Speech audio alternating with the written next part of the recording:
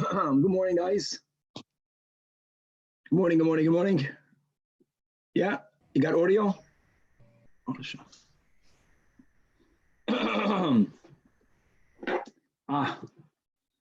We're still far away now from the Shavuot Sugis, guys. So wait, what DAF are we on? We're on DAF pay base. Okay.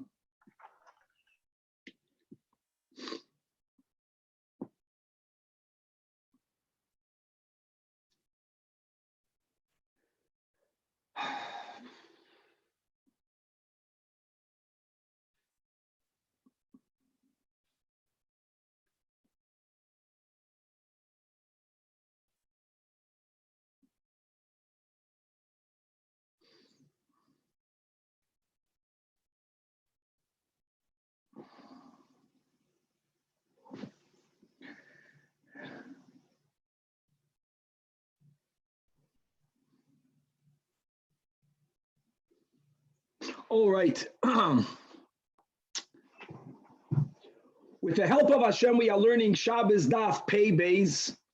We're going to continue to learn more on what we can call Hilchos Derecheretz, bathroom rules. We're going to learn about what materials one should use for wiping oneself. We're going to learn about different techniques that the Gemara is going to offer that will help with constipation. And we're going to have the final Mishnah in Perek Hamoitzi Yayin that's going to speak about what is the minimum amount of earthenware that's chashuv enough that if a person carried it on Shabbos, God forbid, b'shoigeg, they're going to be chayiv chatos. And the Mishnah is going to find some sort of asmachta to the minimum share from a pasuk. And therefore, that's the way most of the Shainim learned the continuation, that when we will start the 9th Perek Amar Rabbi Akiva, and we're going to have in the beginning of this Perek, before we come back to the laws of Hoitza'ah, we're going to have 7 different topics, not related to Shabbos, other than only one of them that speaks about how do we know that one is allowed to wash the milah incision on Shabbos. That's one of the 7. 6 others that speak about laws that have nothing to do with Hilchos Shabbos. We're going to begin with the laws of Tumah and Tara. However, all of them begin with the same formulation, minayin so and so, and the Mishnah is going to bring a pasuk, which is also an asmachta. Unlike most cases where we have a din and we quoted a pasuk, the pasuk is the biblical source. That will not be the case in all of the 7. So it's going to be a hemshech to a certain din, and which we find a asmachta from a pasuk. Now we're going to be reviewing certain laws of Tumah and Tara.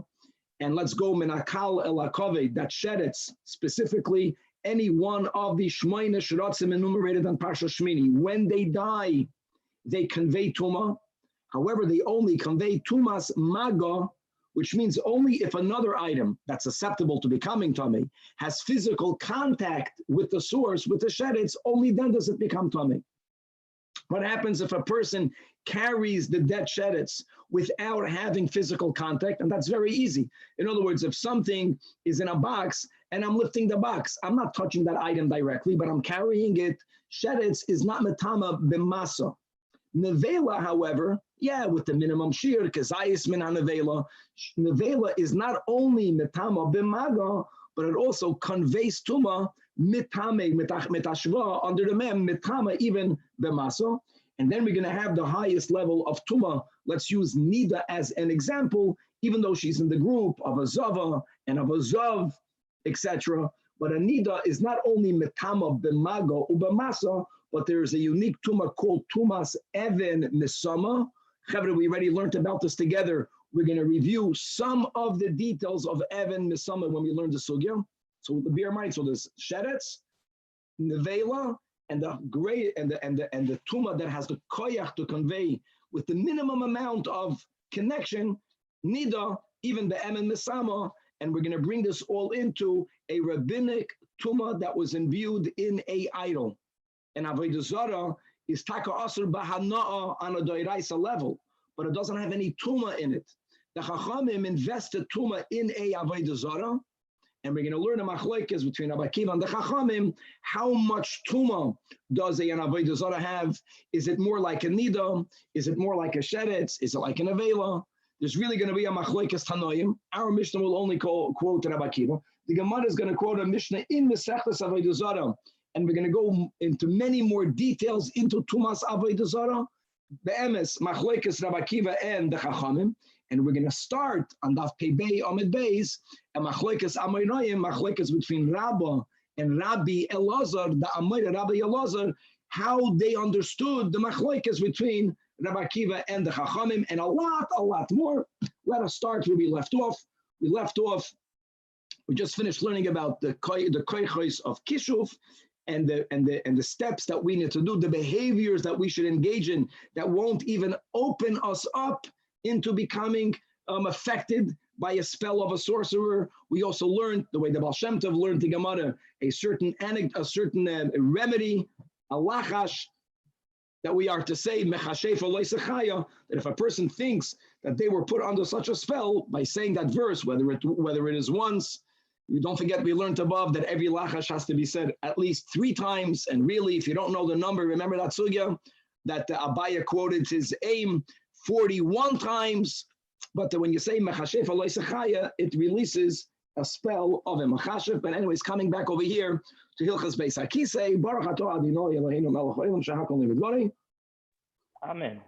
Chavre Pei Beis Amud Aleph, 3 lines from the top of the Amud by the 2 dots. We just look at the letter Pei, right? Even though it's not spelled here the way it's spelled in a Sefer Torah, but there is a base, a white base in the Pei. That's the way it should be. If you look inside the Pei, here you'll see like a chaf because it's not printed the way it's printed in the Sefer Torah. But really, Pei is a mouth, Beis is the first letter in the Torah, and the primary reason why God Almighty gifted us with our mouth is that our mouth should be filled with the words of the Torah. Thus is the Daf Pei Beis. Says the Gemara, Amar le Rafuna le Rabba berei. Rafuna asked the son Rabba, my time lo shchichas kamei de Rab Chizda, the machaded in Shmaitze. Why don't you frequently sit by Rav Chizda? You have an opportunity to become a student. His teaching is so chaded and is so sharp. Why don't you learn there? So Amalei, so Rabba tells his father, my yezel legabe. Why must I sit down and learn by him? When I go to him, right? He sits me down and he starts to share with me milad alma, mundane words, not divrei Torah. And now Rabba goes on, he continues to tell to his father, what is it that Rab Chizda taught him the last time he went to get a share by him? That Amar Li, he once asked me, Lamashal, Mandai Labeis Hakisei, the person enters a latrine, a person should not sit down forcefully. Number 1. And number 2, and the person should not overly exert himself. If he's a little bit constipated, don't overly exert yourself. And Rabbi Chizda went on to explain the reasons for both of these rules, because the high karkashta, because the rectum, atlas shine Yosef, it is supported by what the Gemara calls 3 teeth, 3 folds of the flesh that we call teeth, and Dilma, mishtamta shine de karkashta, that if these teeth become dislocated, and that might happen if a person sits down very strongly, or if a person overly strains oneself, if those teeth become dislocated, the person indeed physically becomes endangered. Right? This is what the world of medicine calls, this is a rectal prolapse, that if that happens to a person, they are indeed in a sakana. And he's telling me these halachas. So he tells his father, I don't have to go to that shir. Yeah, Zoy. So Amalei, so Rafuna tells the son, I don't understand you. Who asib b'chaya dibriyasam? But he's dealing with issues that impact the very health and life of people, something that affects our health, our life. And you call this mila da alma, mundane matters. Health is not mundane. You should certainly go and learn more from him. Very important outlook, how we view one's health of the tantamount importance. You can say pshita, but we have to reinforce that because we're not learning dinei Torah, but figuring out how to maintain a healthy lifestyle is kol shchein, that we have to spend time and then learn and then behave in a way that our health stays the way God wants it to be, which is healthy. Now, continues the Gemara regarding what material one should use to wipe oneself, and all related to this danger. One of the reasons we learned about in the last year about a shard, right, aside of the kishuv aspect, is that there is a certain sharpness to it that can cut that area. And that's exactly what we just learned about from the teachings of Rab Chizda. So says the Gemara, the first white line, if you have in front of you a stone and a pottery shard, and the question is, which one should you use? So Rav Huna says, Mekaneach b'tzroir, you should use a tzroir, you should use the pebble, and we're going to learn that this Gemara is speaking about on Shabbos, and even though normally, like we learned, a tzroir, a pebble is muktzah, but because of Chavad Abriyos, the lachatchila we're not going to muktzah on these avonos mikurzalos. However, the ein mekaneach becheres, but don't use a cheres, either because you become open to kishuv done to you, or because there is a danger that it might cut the shine de karkashta. So because of both the physical and the kishuv fear, better again, here you see, first here, even though really lachatchila there was no muktzah, but how important is taking care of our health, that we put aside the Surei Shabbos to make sure that we stay healthier. So holds Rav Huna. However, Rab Chizda Amar, no, mekaneach becheres, the eine mekaneach b'tzroir, that you should not use a pebble. He felt that the dangers in a cheres is not terrible. It's a lower level of danger. The upside of not using a tzroir, my friends, is that a tzroir, if not for this Chavad Habriyos, any physical item that is in its natural state is not even a keli. Something that's not even a keli is, so to say, more muksadik. Something that is a keli, and even a broken piece of shard, being that it came from a keli, and people would commonly use these broken pieces to carry oil, or if the piece is even larger, sometimes they would even carry water on it. It never loses teiras keli. So the halacha, the advantage of you not taking something of muktzah, according to Rab Chizda, overrides the issue, even though there is a small chance that you're going to cut yourself, but he finds that chance very little. And this is Bechlal a theme. Now we're learning this B'Hashgacha Pratos during a certain phase in the coronavirus where we're starting to open up shuls. And this is the whole question that everyone is having, that when it comes to an obvious danger, and you have to pick between being more safe or doing what God wants, like davening with a minyan in a shul. Which one will trump the other one? Or if there's an evident danger, then of course you have to keep the shul closed. If there's a small amount of danger, there is a certain place where there's a certain line where you say, okay, the danger is very little. The halachic upside of doing something is much greater. And indeed, that's a machlokes between Rav Huna and Rab Chizda. Use a cheres. It might be dangerous. It's a very small danger, but you got to keep care of muksa. If you have an option, don't take something that is included in ilchas muksa. Okay. Meisvei from a brisa. It says mekaneach becheres, ve'ena mekaneach betzroir. Clear. Use the cheres to yufta on Rav Huna. Answers the Gemara. Tigim from Bar Papa. Kamei de Rab Chizda. Aliyah de Rav Huna. That what? That maybe this brisa is speaking about ba'oigne kelim. Oigne kelim means that here, a great example. I have my cup. I have an ear of a earthenware utensil. When they would break off, when a handle or an ear of an earthenware utensil would break off, number one, they were very smooth. And since they were very smooth, there was no chance that they can cut you. Likewise, this concept of kishuv, that a machashav has koyach, if they get a hold of your shard with your bodily fluids, that's only if the shard was something that potentially can cut you. Kishuv b'chlal, and kishuv, which is close to avodah zarah, all of these are very much connected to physical dirt, to things that are disgusting. So the less dirty, the less dangerous, the less disgusting, the less koyach of tuma does kishuv have, does avodah zarah have. So in such an area where there is no danger at all, then everyone will be moide that even Afuna will be moide that you should use a cheres, like we mentioned, and not use a tzroir. Where was there machlokes? When there's a very small amount of danger. And Afuna is the one that says that danger or avoiding danger will trump even Hilchas Shabbos. Guys, even though we're speaking about a derabanan, so be it. We're speaking about dinei muktzah. Okay, weiter. Now we're going to learn this Gemara in Rashi. The first approach of Rashi is that these two dots is referring to weekdays. We're not Bechlal speaking about Hilchas Shabbos. We are continuing in the sugya of danger. So if a person has a stone or they have grass, now there's a certain sharpness of fresh grass, even though it's very, on one hand, it's very bendable, they're very soft, but there's a sharp edge, and if you put it in the wrong position, you can cut yourself in that area. So Rav Chizda and Rav Hamnuna, use a stone. This is during the week. In other words, don't use asavim because there is more danger in asavim, imagine, than in a broken piece of chart. Chadama, no. And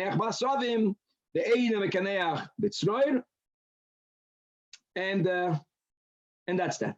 Okay, so we're speaking about a stone, not a shard, a stone or asavim. Machlokes, which one has less health dangers? Meisvei from Abraisa Hamakaneach b'davar shehoer sheletus boy. A person will wipe oneself with an item that is very flammable. Then says the Braisa shinav hatachtoinois noishrois. There's a potential that is shinav hatachtoinois, that the flesh in that area that we call them teeth, they might fall out. And l'choura, that should exclude grass. Grass is flammable. Now, my friends, don't worry about nowadays the toilet paper, the tissue paper. No. They're very soft. They were made fakir. Today it's made in a way that it's the softest, safest item. Here we're speaking about something in nature, like grass. Some of it is very smooth and some of it is edgy and it's flammable. It's worse. So the Gemara says, like Kasha, ha belachin. In other words, when you have wet grass is not flammable. That is where we're advocating using grass better than a pebble, better than a stone. And ha, the Braisa is speaking about biyavation when it's dried. If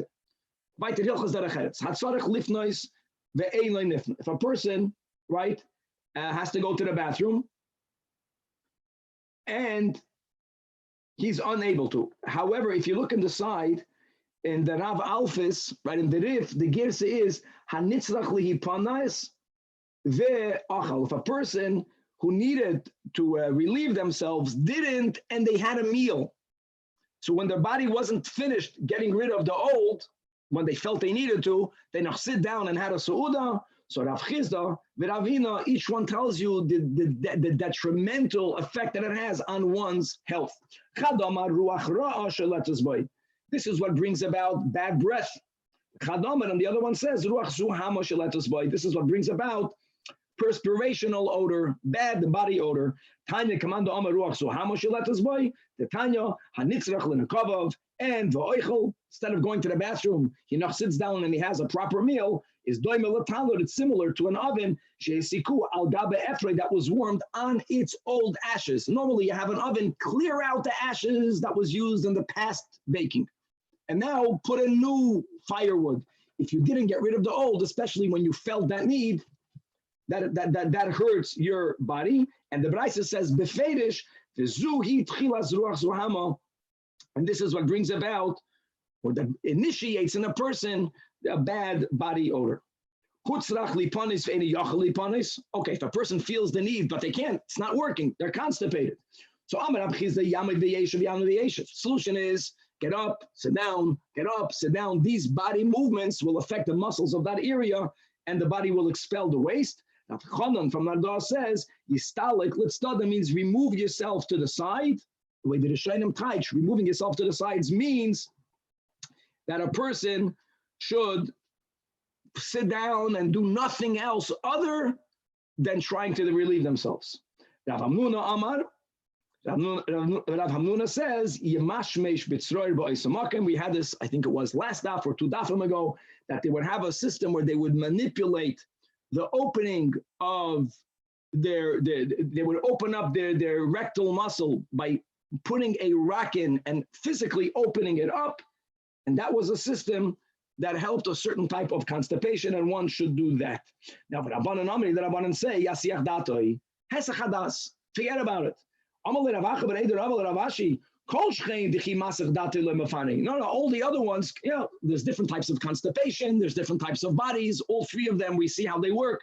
Forgetting about it, putting that need aside in your mind, that makes it worse. So Amalei, no, what the Chachamim meant is Yasiach datim edvarim acherim, that you should concentrate exclusively on relieving yourself. I'm making a suggestion to a complete different inyan when it says that Ein Ben David Ba Elo Behesach Hadas, and that's the kasha that everyone has, that we are educated to have emunah and to think about Mashiach and to live with Mashiach and to be involved in Lahavi Yemaisa Mashiach.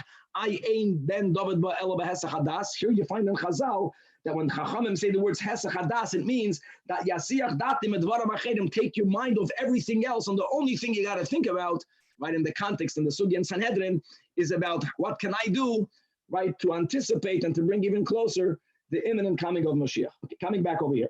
Amar Rabbi I once saw an Arab, the Kambi Yosef, that he was standing up and sitting down, standing up and sitting down. Obviously, he was constipated, and he was using the first technique that we used, and I saw how it worked until I saw that whatever was inside his body poured out the way food pours out of a pot, which means he was very successful. Tanach invited on this topic. We learned in a Braisa. If you want to enter into a proper meal, not a meal where you chaplap food, there's a sandwich standing, but if you're sitting down, and many people, when they would have a meal, they would sit down for an hour and eat. And therefore, it was very important for them that before they entered the meal, they should properly relieve themselves. First time it's common that when you are sitting in a group of chevra and you feel some need, you don't want to leave, so you push aside, you ignore that need. And that's very unhealthy. So it's ideal before you sit down to a sudas kava that you make sure that your body is emptied out. So what should you do? Here, we're not even speaking about a person that's constipated. We're speaking about a person that at the moment, he doesn't feel the need to relieve himself. But there are certain behaviors that you should do that if there is something, some waste in the body that has to be expelled, you're going to feel it and you're going to be successfully in expelling it. So there's two versions. Either Yahalach Yud Pa'amim Shel Arba Amas, you should walk 4 amas 10 times.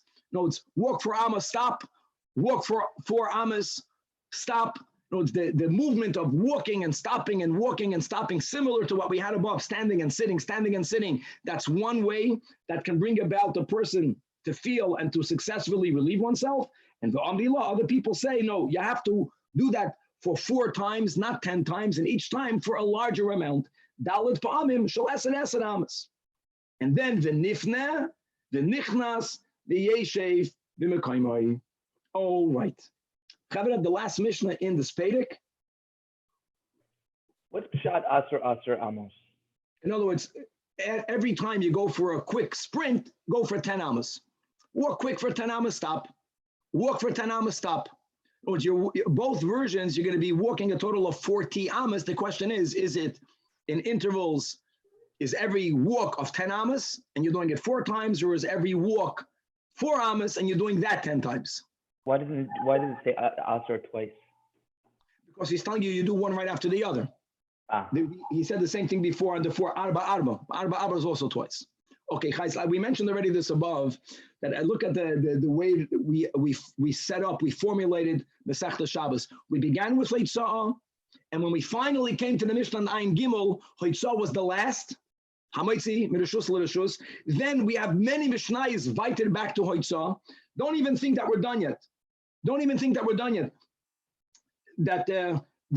think this is the last Mishnah on the Sugya. It might look that way. We're going to learn a Mishnah of Hoitzah.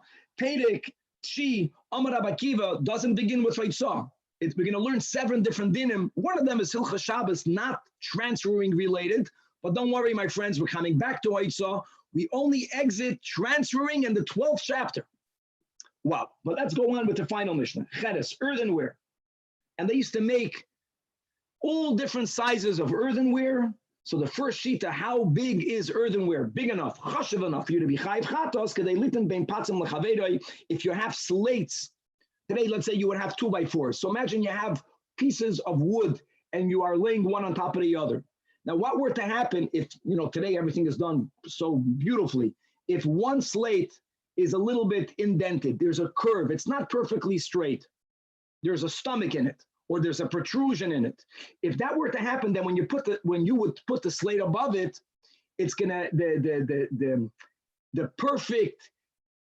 flatness will become corrupted, because you're gonna end up putting slates even above it. So one pushes down the other. So if one of them is not perfectly flat, it's going to corrupt, right, the form of the one above it. So what would they do? They would take small, we're not speaking about big indentations. We're speaking about a little indentation or a little bit of a protrusion. So they would take small earthenware utensils and they would level it out. And then the slate on top of it would lay perfectly flat. And these are the words, it's any earthenware that would be used to flatten out, to straighten out one plank and the other, so one should not warp, one should not get corrupted. That is big enough of a cheres to be called a chashav a cheres. These are the words of Rabbi Yehuda. And as we have been learning, as the Gemara points out, that throughout in these dinim, Rabbi Yehuda is the machmer. This is the smallest shiur for a cheres to be chashav. It doesn't have to be, my friends, a full-fledged keli. It can be a piece of a klei cheres. Point is that it's an item that would be kept in your home, not thrown away, because when I stock certain things and I don't want for there to be a corruption in its flatness, here I have these little pegs. Now, Meir says, no, it has to be a little bit bigger, and that is kadei lachtois boy esor, large enough to pick up a coal that is glowing with fire. So if I have I want to transfer a coal, I can't touch it, and if I wouldn't have a tweezers, so then I would put under it a little piece of shard, a piece of cheres. Cheres would take a while until what I'm holding in my hand would get hot, and I would transfer a coal from place A to place B. That's a larger shiur than the shiur of Rabbi Yehuda. And Rabbi Yossi, and we'll have a debate whether his shiur is larger or smaller. Rabbi Yossi says, no, it has to be a klei cheres that is large enough to hold a liquid amount of a revius in it. Rabbi Meir says, Rabbi Meir to Rabbi Yossi, even though I don't have a full-fledged proof that my shiur is correct and not yours, I have a zecher. Now, guys, this is the opening to the whole next Perek. He's going to quote a pasuk. He's not saying that this pasuk proves his halacha, but from it, there's like what we call a asmachta. He leans his opinion based on what it says. This pasuk is speaking about a time in Yeshaya that the Jewish people made an alliance with the Egyptians, and that wasn't viewed favorably by God Almighty. This would be the instance. That was the instance that Hashem was expecting us to rely on Hashem and not to make this type of ishtadlus. And what we felt is we had a wall of protection from the Egyptians, a wall. That's a borrowed term. And what Hashem told Yeshaya about that alliance and the wall of protection that was worthless, that Hashem says that wall is going to collapse. And you won't find, when the wall is going to collapse, there'll be little shtikelach, there'll be little shards, little pieces of the wall. They will be so insignificant, it's going to collapse so badly that you won't find amongst a broken piece of cheres enough to take fire from a fireplace, which is mamish the shinos. You won't even have a piece large enough to move a coal from one place to the other. So here you see that what makes a broken piece of earthenware chashiv, at least it could be used to move a coal from a fireplace to another place. So Amalei Rabbi Yossi to Rav Meir, I don't understand. You're quoting me that verse?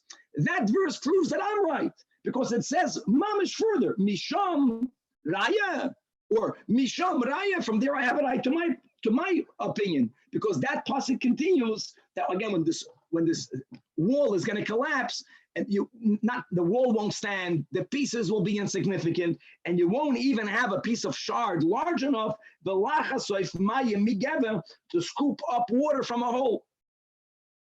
And what Rabbi Yossi holds is that the pasuk l'chur is going menakal elakavid. That means we're saying that the wall will collapse.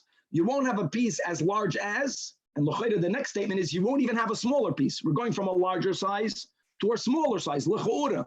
That's what Rabbi Yossi is telling Rav Meir. So, and the fact that we consider cheres chashuv if it serves as a function of scooping up water from a hole, so this is the smallest size cheres that's considered chashuv. L'chora, that's what Rabbi Yossi is saying. The Gemara, we're going to begin with the parentheses. That Elyahu shiur that Rav Meir nafish, or shiur that Rabbi Yossi nafish. When you learned the Mishnah, we weren't clear who shiur is larger. For sure, Rabbi Yehuda shiur is the smallest. But between Rav Meir and Rabbi Yehuda, between Rav Meir and Rabbi Yossi, which shiur is larger? And the Gemara says that mistabra shiur de Rabbi Yossi nafish. It makes sense that the shiur of Rabbi Yossi is larger. Why is that svara? Because when you're moving a coal, if you have to have a revius of wood, I know that the revius is much less than people think. Okay, it's 3 ounces, let's say. But still, if you only need a shard to move a coal, then l'cha'ura, that shard is even smaller. We never gave a minimum amount to the coal. It can be the smallest coal. You can't grab it with your hands. It's burning hot. So you use a piece of earthenware. So the logic says that Rav Meir shiur was smaller. Rabbi Yossi is being more makel because he's giving you a larger shiur. However, it doesn't fit with the back and forth in the Mishnah of the Psukim, because umikra, when you look in the pasuk, it looks like the shiur of Rav Meir is larger. The Isal Kadaitach shiur of Rabbi Yossi is the larger one. The flow in the verse doesn't make sense. This is what the Gemara is calling a curse, that Hashem is cursing that alliance. Hashem is cursing the protection we're getting from the Egyptians. That layit law, that first we are cursed, that the wool will be so scattered and broken into so small pieces that you won't even have a little piece. And then the pasuk says, nor will you have a larger piece. You don't talk that way. You talk the opposite way. You say that the wool is going to shatter. You won't have a protection. And you won't even have a little protection. And you won't even have a smaller protection. You're going from a larger size to a smaller size. So it doesn't fit with the logic. Because logically, if Rabbi Yossi is saying it has to be large enough to hold it a vis, isn't that bigger than a piece of shard that is needed to move a burning coal? So Amar Abaya, no. The way you understand the pasuk is correct. Rabbi Yossi is giving us a smaller size. My friends, if I'm moving a coal that is standing alone, then even the smallest coal, which could be moved with a very small shard. But if the coal is coming from within a fireplace, even if I'm moving a small coal, when you get close to a fireplace, you'll get burnt. Forget the type of shard that you need to remove a coal from a fireplace and to move it is a larger piece of cheres than one that holds a revius. Why do you need a larger one? For you not to get too close to the fire. Right, even the words of the Mishnah is miyakoid. Here we're adding it's a yakid, a big fireplace. In other words, it's not about the size of the coal, it's about removing a coal from a fireplace. For that, you need to have a larger shard. And Rabbi Yossi says, Misham Raya. And Faket, as we established, that the pasuk that is telling us that the wall will collapse and you won't have large pieces, you won't even have small pieces. Clearly from the flow in the pasuk, a piece of cheres that's needed to scoop up water is the smallest amount. But this poses a kasha on Rav Meir. I mean, how ironic. Rav Meir is bringing an asmachta from a pasuk. That same pasuk, l'cha'ura, is alluding to the chashivus of the shiur of Rabbi Yossi. The Gemara Shapper Ka'amalei Rabbi Yossi Rav Meir answers the Gemara Rav Meir. Let me buy you Ka'amar. That loy me buy you midei the chashiv le'in shiv the loy l'shtakach lei. Not only the pasuk is saying that God is telling Yeshaya to tell the Eden that you made an alliance with the Egyptians. That alliance will collapse. The wall of protection will collapse. And not only will we not have a piece of cheres that's considered chashuv, and how much of cheres do you need for it to be considered chashuv? Cheres large enough to remove a coal from a fire. Then God says you won't even have a remnant of a non-chashuv piece of shard. Non-chashuv hilchos Shabbos. Afilu mida d'loy chashuv le'inshi, which is the amount of cheres you need to scoop up a revius. Even that you won't find, and therefore that final shiur doesn't prove that it's chashuv. Fakir, the pasuk is saying that even something that for Shabbos is not significant, even that will not be found. But as far as chayiv chatos, because it's chashuv, as far as that is concerned, the smallest shiur is moving fire. I mean, we can already touch the inner over here. We're speaking about moving fire. We're speaking about moving water, right? The Avos Hashem, Yiras Hashem. Anyways, you want to look at it, what the cheres means. We are a cheres, we're a klei cheres. And there's a beauty in being humble and being, so to say, broken, right? Leiv nishbar v'nitka. We were made out of the earth. And I think that when we have a broken, humbled spirit, then we are able to be MERCAVA beside the fire of Avos Hashem, Ava from fire, and Ava Kamayim, v'chule. On that we say, Hadron Allah HaMoitzi Yayin. We will come back to you, our dear Mishnah HaMoitzi Yayin, and now we're moving on to Amar Rabbi Akiva.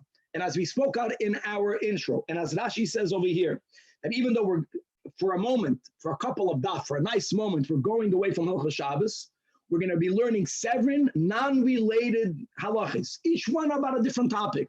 They all share the common theme of one Tana saying, Minayin, from where do you know whatever the halacha is? And then the answer is Shenemar. However, the Shenemar is not your normal because it says in the pasuk, and that's a biblical proof. We're going to be speaking about rabbinic halachas. And the proof we have from the pasuk is called the enasmachta, which is similar both to Rav Meir and to Rabbi Yossi in the prior Perek and Perek Shmini regarding the minimum size cheres, the shenemar, or the zeicher ledaber from that pasuk in Yeshaya. One of the 7 is about Hilchos Shabbos, but like Rashi writes, the first Rashi in the Perek, it's about a din minayin that you are allowed to wash the milah, the bris milah area of the body on Shabbos. So that's the Hemshech Hadvarim. And Bachlal, the rule is when it comes to learning Mishnah is that being that Torah Shebaal Peh is until today called Torah Shebaal Peh. And the special emphasis that we make Ad Hayoim Hazeh to learn it by heart. And at least to learn Mishnah is by heart, when it comes to memorization, a lot of the Seder of Mishnah is done in a way that it becomes easier to remember it. So when you have, right, in Megillah, Ein Bein, and many times in Shas, you have a whole series of Mishnayos that begin with the same formulation. Here we're going to have 7. Minayin Shenemar, it helps you to memorize it, that these 7 topics are all discussed together, the first of which will be topics of Tumah V'Tara, and let us right away dive in. Starts the new Perek. Omar Rabbi Akiva. And indeed, the Mishnah is called on the great Tana Rabbi Akiva. Minayin, how do we know? La'avodah Zarah, when it comes to a idol, right? Shemetama b'masa, that midirabanan, it has tumah, and on what level? So as we spoke in our intro, remember, sheretz is matama only b'maga. You have nevela is even matama, not only b'maga, but b'masa. Then you have nida is matama really b'maga u'b'masa, and as we will see in the Gemara, plus there's a special chumrah called even misama. Here, Rabbi Akiva is choosing to compare avodah zarah rabbinically to a nida. The Gemara is going to ask, why didn't he say like an avela? We'll get to that later. It's mamash a beautiful sugya. But Rabbi Akiva holds that an avodah zarah has enough tuma midrabanan that it conveys mem mitashva. It's good to mem mitachirik. Mitama means it acquires. Mitama means it conveys. And like a nida, which means even though there wasn't physically contact, there wasn't touch, but if someone carries an idol, the carrier becomes tummy midrabanan. Because it says, this is a pasuk beautiful about what will happen with in the Messianic era, that at that time, all of us will understand the futility of avodah zarah, and tizreim k'maydava, we will cast away our idols the way one casts away a dava, a woman who's a nida, a woman who's a zava. And not only we will cast them away, but say, we will tell them, get out. It is a little bit of a double expression when you cast something away, tizreim. So isn't that called say? But it's emphasized double. We'll cast them away. We'll tell them get out. We'll see that this, according to Rabbi Akiva, implies that we will be so far away from avodah zarah. We're not only going to keep away from touching it, we'll keep away even from carrying it. And this comparison that the pasuk gives between a avodah zarah and a woman who's a dava, which means a nida, is to teach you, again, this is all an asmachta, ma nida matam b'masa, avodah zarah matam b'masa. And as we'll start right now, we're going to quote a Mishnah in avodah zarah. It's going to be freilach. This will also go into DAF Pei Gimel. So let's get these rules clear. It's very easy, very beautiful. Here we will see that it's indeed a machloikas tanoim, that the chachamim disagree with Rabbi Akiva. They imbue midrabanan in a idol less amount of tumah. And even though it sounds like what we will learn is very straightforward, we're going to have a huge argument between Rabbi and Rabbi Elazar Amirayim in the understanding of this machloikas, in the understanding of the machloikas between Rabbi Akiva and the Chachamim, beginning with the Gemara. Tanan has to be learned over there in avodah zarah. We're going to read the Bach.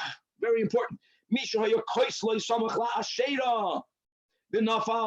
Or we're going to go Misha Hayam. Guys, Rashi holds so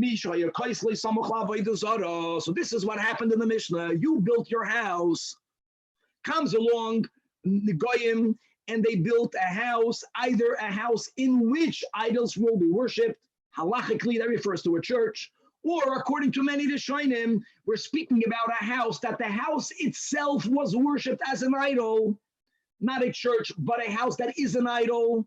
Okay, and when they build that house, instead of them building their own wall, but they piggybacked off your wall, they used your wall to be their wall, right? In Crown Heights, a house on Union Street. We're speaking about, so you have shared walls, ghetto houses, but we're not speaking about each homeowner built part of the wall partially on each one's property. The first case of the Mishnah is that the wall is yours, it's your materials, it's on your land. And after you didn't know they're going to build it. You'd never agreed that your property should be used as an idol. It's not your fault. And they went and they used their fourth wall is your wall, and it falls down. So says the Mishnah, since if you were to rebuild it, you will be rebuilding a wall of either a church or a wall of an idol, because if the meaning here is that they worship the house as an idol, also live noisai, you may not build this wall. And not only may you not build it, but wow, you have to go inside your property 4 amas from your property line, 4 amas, and only there build your wall, ensuring that they will not derive benefit from the wall that you built as they did in the past. Turning to DAF Pei Beis, Amid Beis. Next case in the Mishnah is not that the church used all of your wall, that is all of your property, but the wall is like today. If a wall is adjoining 2 homes, my houses are touching back to back or side to side, in a case where the property belongs to both. So let's say the wall has 5 amas width. We're going to learn all about this in the beginning of Bava Basra. 2.5, 5 tvachim width. 2.5 is on your property, 2.5 on their property. Half of the wall belongs to you, half of the wall belongs to them. And now it collapses. So the din is nida in mechza al mechza. Nida mechza mechza means that I have to move it into my property 4 amas. But from where? From my property line.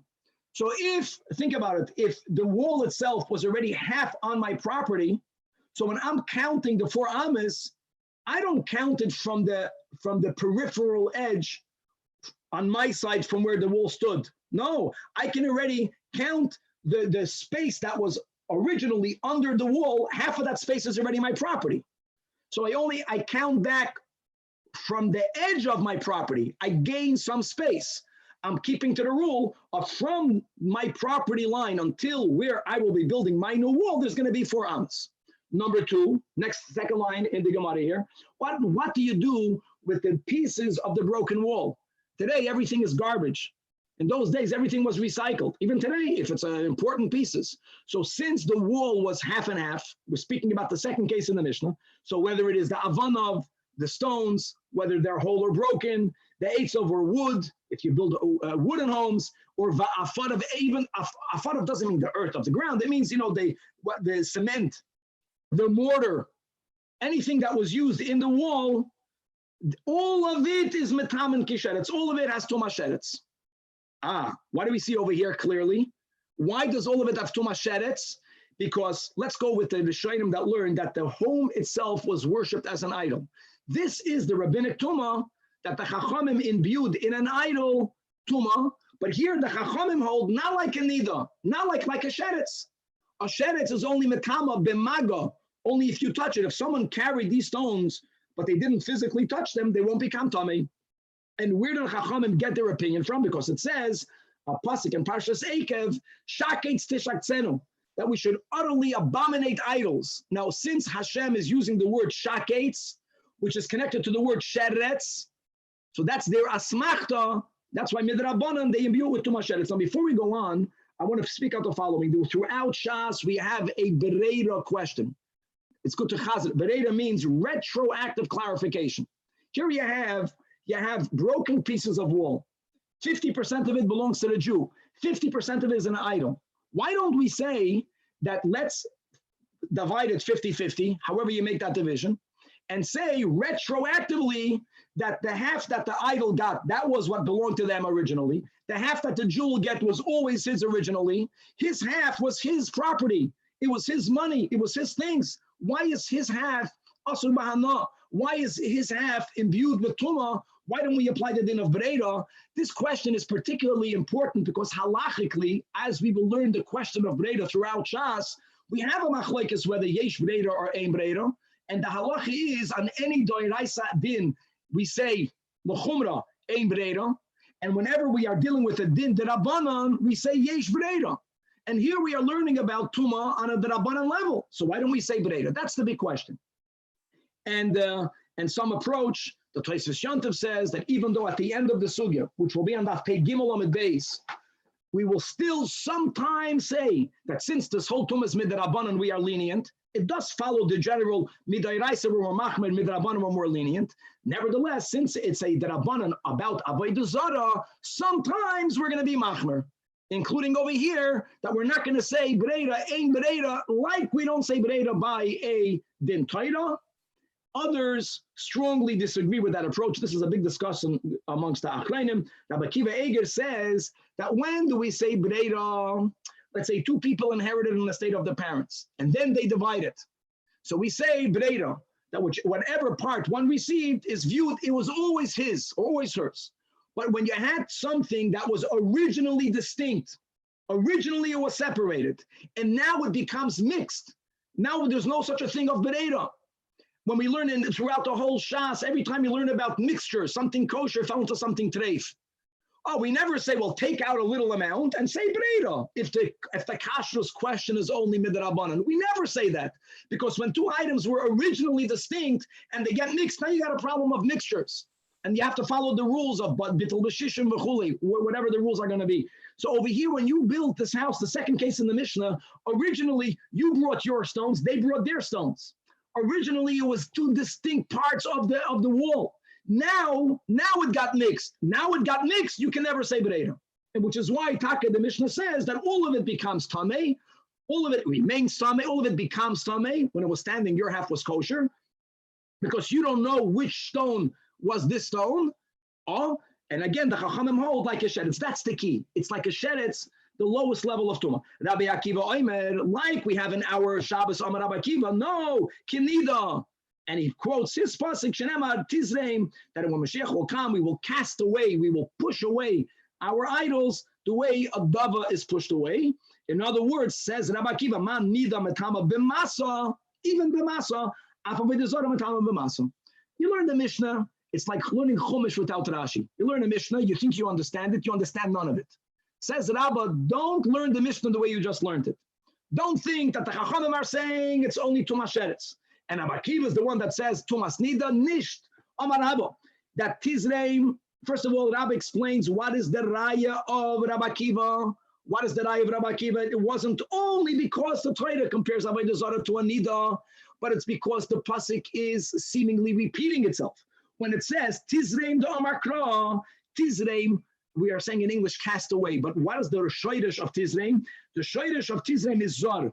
Zar means a stranger, which means that Nachrinu minach kizar, estrange it from you. Estranging something from you means to cast it away. So why does the pasuk have to continue, say primarily, say to it, go? Because we are emphasizing the degree that you have to make it into a stranger.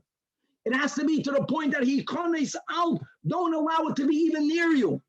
A higher level of separation. That's the whole emphasis. Not only tumas masa, not only tumas maga, not even tumas masa. Stam lahoyer that when the Rebbe would walk home from 770 to his house on President Street, whenever he would go down Brooklyn Avenue, and there was a church there, throughout history, there's always a zelu umazeh. All of the supportim that we read in all of the big cities, in the city of the Marsha, we know there was a big church. We spoke about that story. We'll leave it for another time. Here, when the Rebbe walked down President Street, if the gates of the church were open to the sidewalk, the Rebbe would not walk on the sidewalk. He wouldn't necessarily always cross the street, but he would walk down the sidewalk and walk on the street off the sidewalk, and then he would walk back on the sidewalk when he left the baladamas of that church. That's the concept of, it's not only Tizreim, but safe to be completely distant. Okay, so that's Rabbi Akiva. Now, Walking under the movie theater things also, Rabbi. I think that's another one, no? Oh, when you walk on the street and there's a movie theater that has a awning over the street. Movie theater is a base of Avodah Zarah. All right. Oy bazoi. Good. Omar Rabba b'maso. You learned a machlekes tanoim. The Chachamim say kisheretz. Mamish. No, nicht azoi. B'maso the kulam pligen the matama. Even the Chachamim hold that avodah zarah midrabanan is matama b'maso. Why? Because even the Chachamim know this asmachta from the pasuk in Yeshaya that Rabbi Akiva brings to ha'is kashlinida. So why? What do they mean by yesheretz? And indeed, why does the Torah in Chamishi Chumshei Torah, not in Nach, compare it also to a sheretz? Ki pliga be'evan misama. Chavre, evan misama is a huge topic in Hilchos Tumah V'Tara. Let me give you one of the many applications of this Chomer Dika level of evan misama. If you have, the word misama means a placed rock, a very heavy rock. What happens if you have a very heavy rock that happened to be placed on an elevated stand, or you have a tripod, or you have or you have some sort of platform for this rock, which means that anything that's under this rock is not bearing the weight of the rock at all, and maybe not even touching the rock.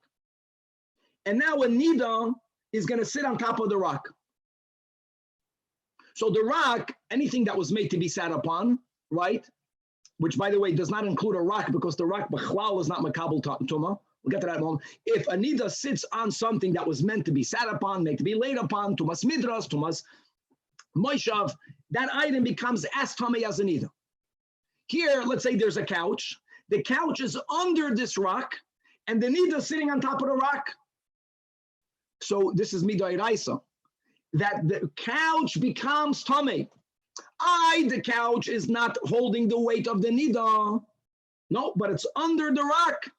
And the couch is something meant to be sat upon.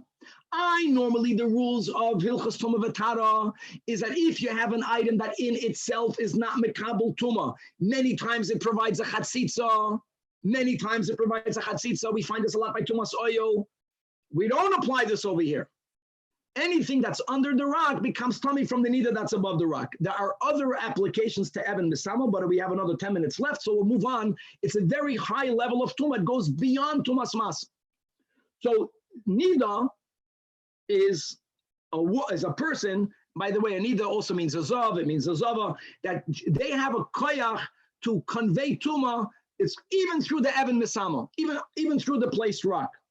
So the question is an avodah zarah midrabanan metama through the Evan Masama? Here is where they argue. Rabbi Akiva holds, that's what he means when he says in the avodah zarah, when he says in Masechta Shabbos, kenida, that kenida, ma nida metame, even the Evan Masama, af avodah zarah midrabanan metama Evan Masama. But the Chachamim hold that no, since the Torah also compares it to shaketz teshaksenu kisheretz, ma sheretz lemitama Evan Masama, af avodah zarah lemitama Evan Masama. But even the Chachamim are moed, if someone is going to carry an avodah zarah masa, even without contact, even the Chachamim are moed that person will become tamei. And now the Gemara is going to further expound shitas Rabba ul Rabbi Akiva l'ma yochasa iskash l'sheretz. Since Rabbi Akiva is the machmer, and yes, the Torah does in Eikov say shaketz tishaksenu. So answers Rabba, explaining Rabbi Akiva, lemisham sheha. What happens if you have service items of a avodah zarah? A service item of an avodah zarah. So here, even Rabbi Akiva's maida, it's only mitama like a sheretz. Not only not even misama, not masa, only maga. So misham sheha is conveys tuma b'maga, and the avodah zarah itself b'masa u'be'even misama. Answer is lamasa fakert, to tell you that it's metama more than the sheretz. So now the Gemara has a bamba kasha, that if we are trying, according to the Chachamim, who hold that it's never metama, never be'even misama, avodah zarah midrabanan is metama always b'masa, but not be'even misama. Why did the Torah compare it to a sheretz and compare it to a nida? And now you have to reconcile it. Why didn't the Torah only once compare it to a nevela, which will be the perfect comparison? Because a nevela is more than a sheretz. It's metama, not only b'maga u b'masa. A nevela is never metama be'even misama. It would be the perfect match. Answers Rabba and Chanami.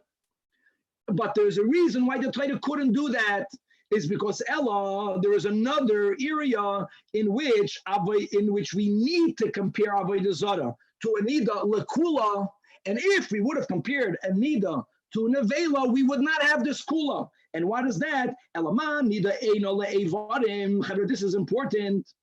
If a limb falls off a human being, guys, remember we learned the Sugya, we learned Ever Min HaMeis, Ever Min HaChai, and my friends, we're not getting Bechal into Tumas oil, but Ever Min HaChai might be Matama Tumas oil. We're not talking about that right now. We're going to focus on Mago Masa, and the question is, what happens if a limb falls off a Nida? So the din is, what's the din? That she's metama, that limb is metama b'maga, it's metama b'masa, it's even metama b'oil, but no tumas even misama. No tumas even misama. So man nida eina le'evarim, af avodah zara einam le'evarim, which will be like this. We're going to learn about this in Daf Pei Gimel Amud Beis. Guys, there's two things. There's an idol that is broken, and the question is, how do we view the broken piece? The broken piece has no tuma in it if it's broken. But what happens if you have an idol that can be disassembled and reassembled? And it's now disassembled. So you have one piece of it. You have one aver of it. It can be reassembled.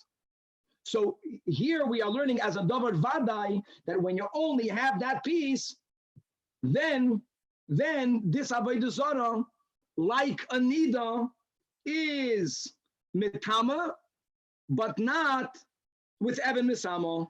It will have the din of an aver of a nida. So if we would compare it to an avela lechachamim, we would takano the chachamim hold that it's never mitama be'evan masa.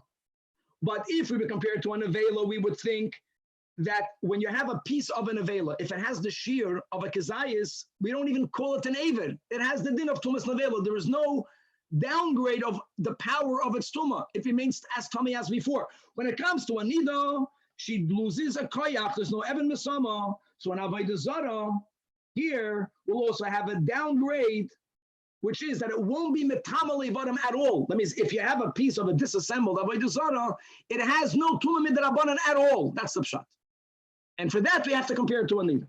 Rabbi, so a piece of an actual avodah zarah, if it's disassembled, is not metame, but a piece of a wall for that was housing an avodah zarah, that is? Yeah, because so let me clarify. Mistama, the avanav and the eitzav and the afarav are unbroken pieces. Unbroken pieces, full segments that can be used. Reusable pieces of wall. Very good point, Daniel. But is the wall an actual avodah zarah, or it's just like no, I take that back. Yeah. We're confusing two things. Correct. Where there's a isur of hana'ah that remains. We're learning about tuma. That's a whole different thing. The Mishnah is speaking about you can't reuse it. The Mishnah, the Mishnah speaks about tuma. The Mishnah speaks about tuma. The Mishnah must be speaking about a unbroken piece. We don't even consider it a vadim. No, if I have a brick, Danny, when it was in the wall, when it's out of the wall, it's the same brick. It's the same brick. Stama here we're speaking about a higher level of being dismantled. Okay. If this is Shitas Chachamim, that the reason why the trader was medame to a nida is to tell you that Eino le'evarim, to tell you that there's no tuma by an aver, but Rav Chama Bar Guria had that very question. He should have had an answer. There's no tuma by evarim.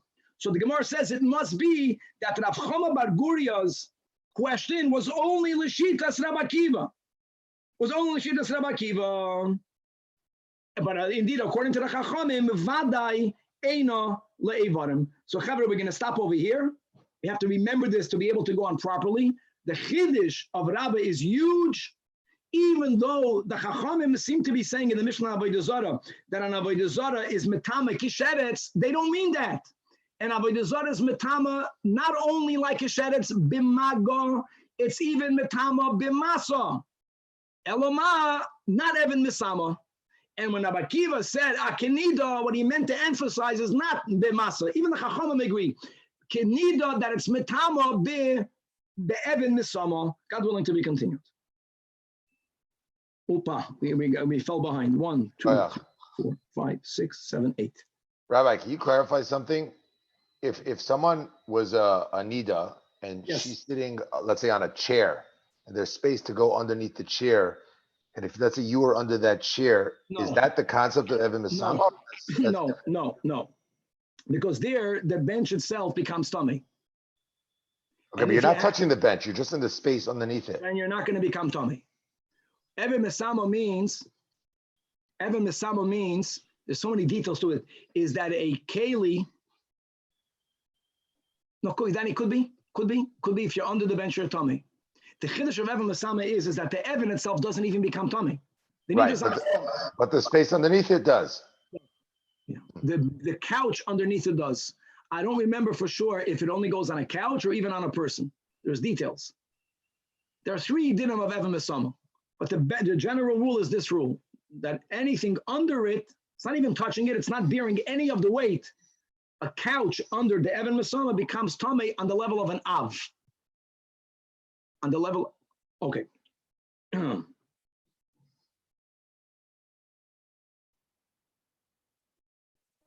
Does that depend on it being an Evan, or could some other object play the same role? I think that's what Daniel was really asking. I think it's even an Evan, and the chiddush is, even though the Evan in itself doesn't become tummy at all, l'chayda on a couch will be the same thing. But there's something about it being placed. It has to be something very heavy. If it's not something very heavy, then there's no din of Evan Misama. The din of Evan Misama is something that when you put it down, it's meant to stay there. You need many people to move it. I don't know exactly how many pounds it has to be.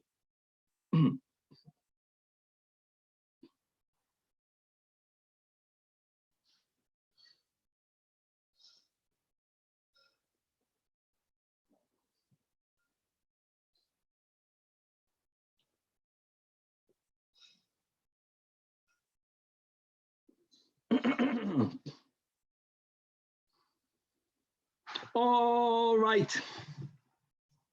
With the help of Hashem, we are learning Shabbos Daf Pei Gimel. My friends, we are in the middle of a beautiful machlekes that we have in Masechtas Avodah Zarah. One opinion is quoted here in Shabbos, Shitas Rabbi Akiva. Indeed, the Perek is called Omar Rabbi Akiva, that says that a idol has in it midrabanan, a tumah on the level of a nida. The Chachamim in Masechtas Avodah Zarah say that an Avodah Zarah has in it a tumah of a sheretz. Rabbi was machadesh that the Chachamim don't mean that an Avodah Zarah only has in it tumah that can be conveyed through contact, through maga, like a sheretz. Even the Chachamim admit, like Rabbi Akiva, that midrabanan and Avodah Zarah has imbued in it the level of tumah like a nida, and it could be metama even b'masa. The machlokes Rabbi Akiva and the Chachamim is about a even more chamur dika tumah that a nida has, and that is called tumas Evan Misama, as we spoke out in the last class, just giving one of the many cases, one of the 3 cases, that if you have a nida sitting on top of a very heavy stone that was placed down, but there's still ear space under the stone, it was placed on pegs, it was placed on a stand. If you have a couch underneath it, even though the stone isn't even touching the couch, it's zichar not resting on the couch, since the couch is an item meant to be sat and laid upon, and it's under the stone, the couch also becomes tummy on a level of an av.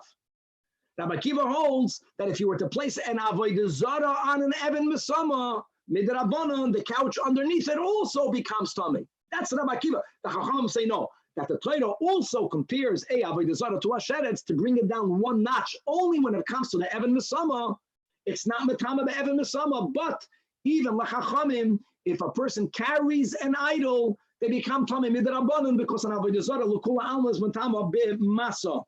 Now we're going to learn about another category of tumah, which is called hesed hazav.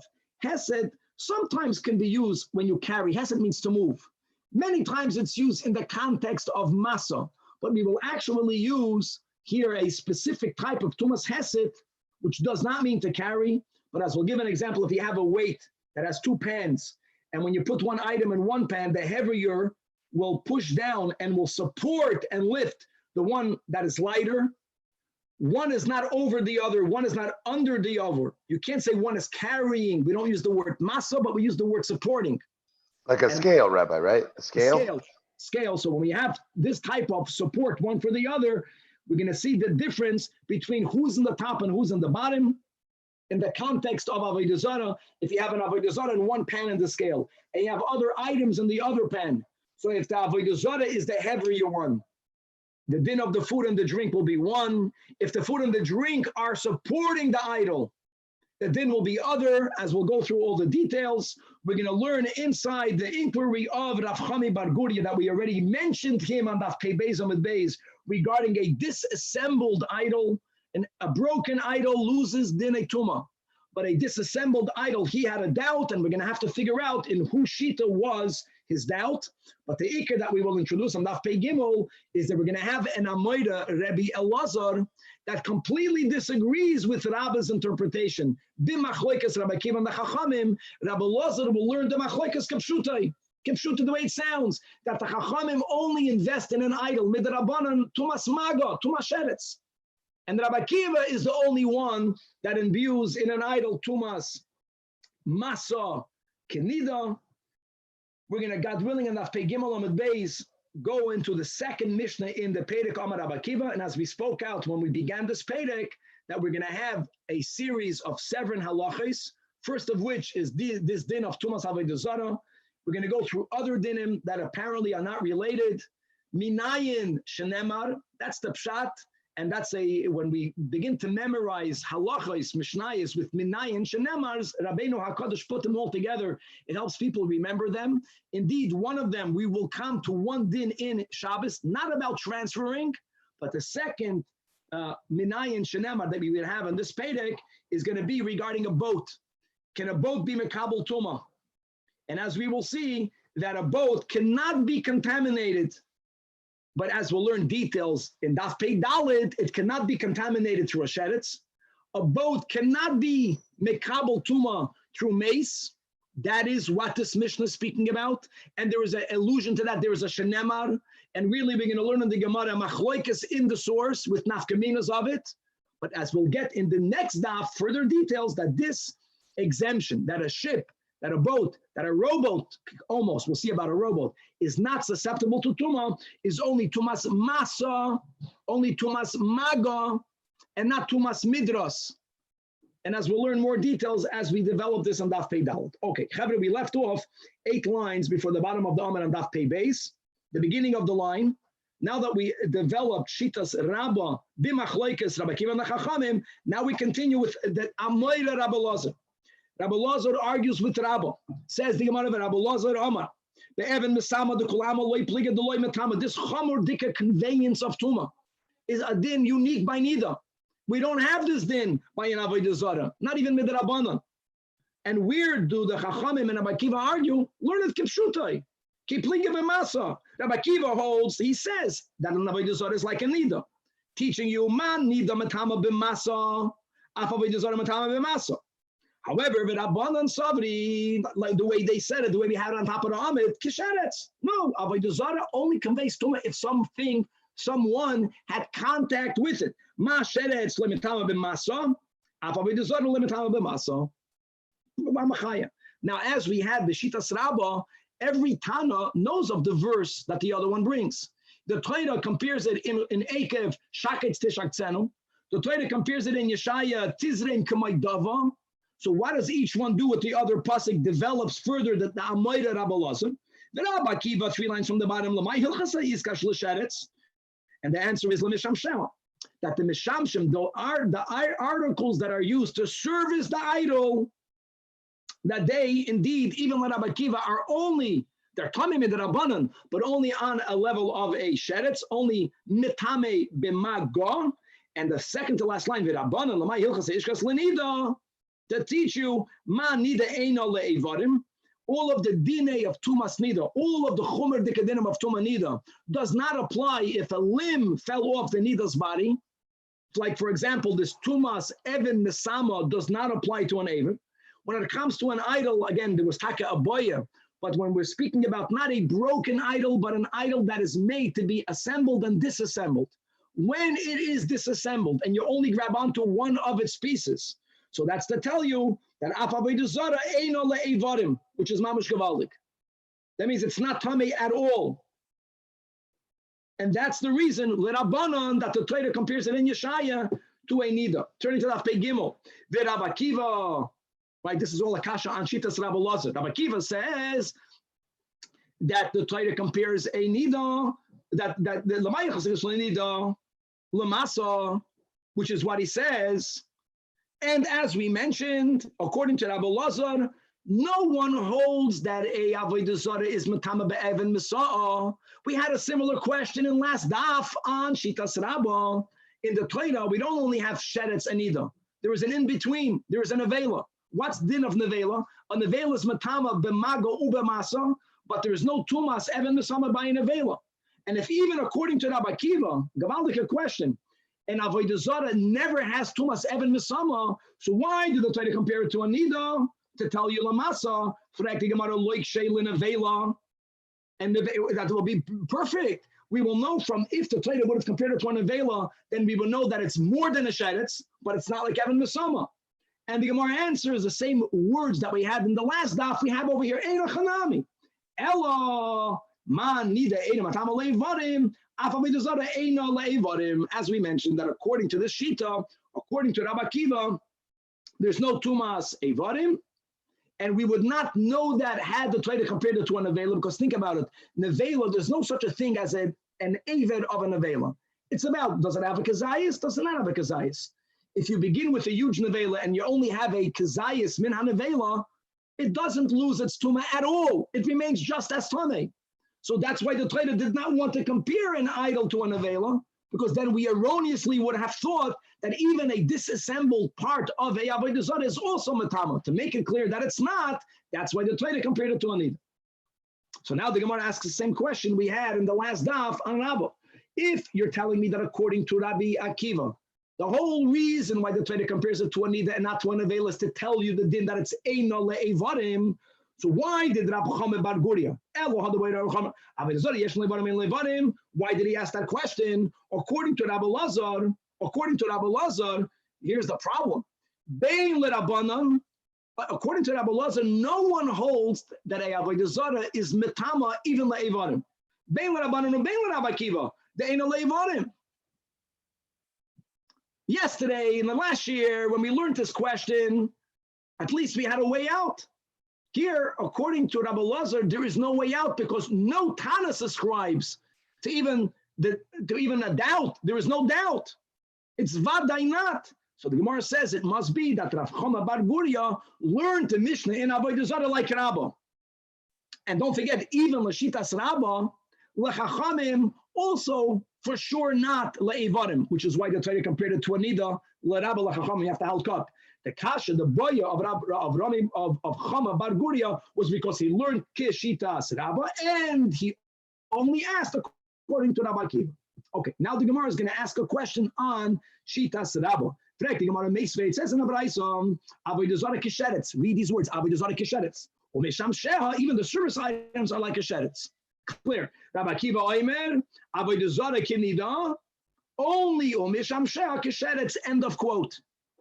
So ask the Gemara, this is a little bit more elaborate than the Mishnah, Kedarko, you have a Braisa, because in the Mishnah that we quoted in avodah zarah, that you can look in DAF Pei Beis, Amid Beis, on the top of the Amid, that Mishnah never spoke about Nisham Sheha. That was something that the Gemara introduced. Here, the Tanoim themselves differentiate between the idol and versus items that are here to serve as the idol.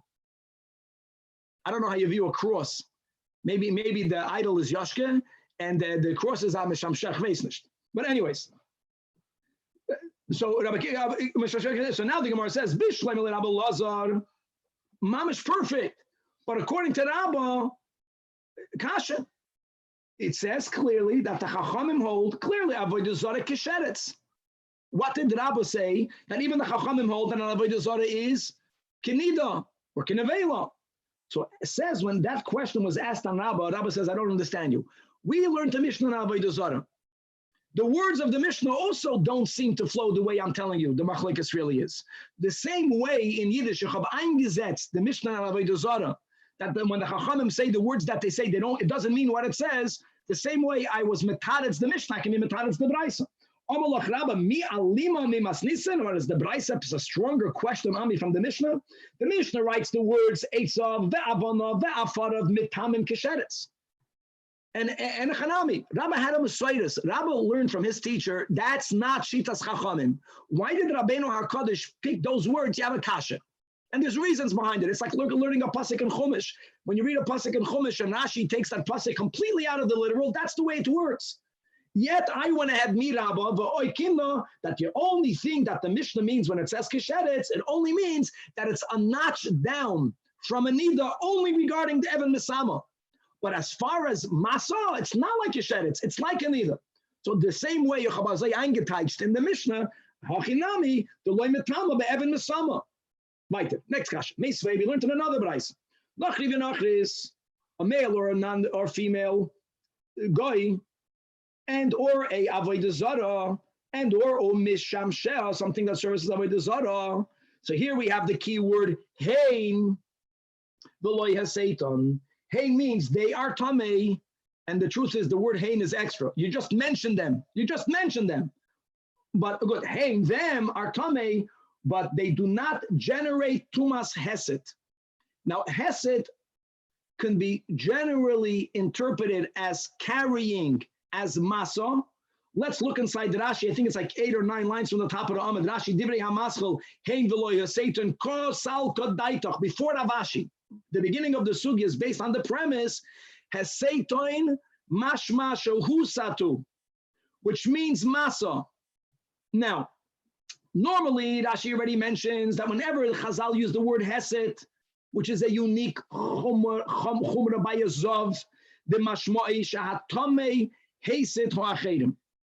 Here in the Havamina, we're not speaking about the tamei was the one that moved someone else, but we're speaking about the someone else that moved it.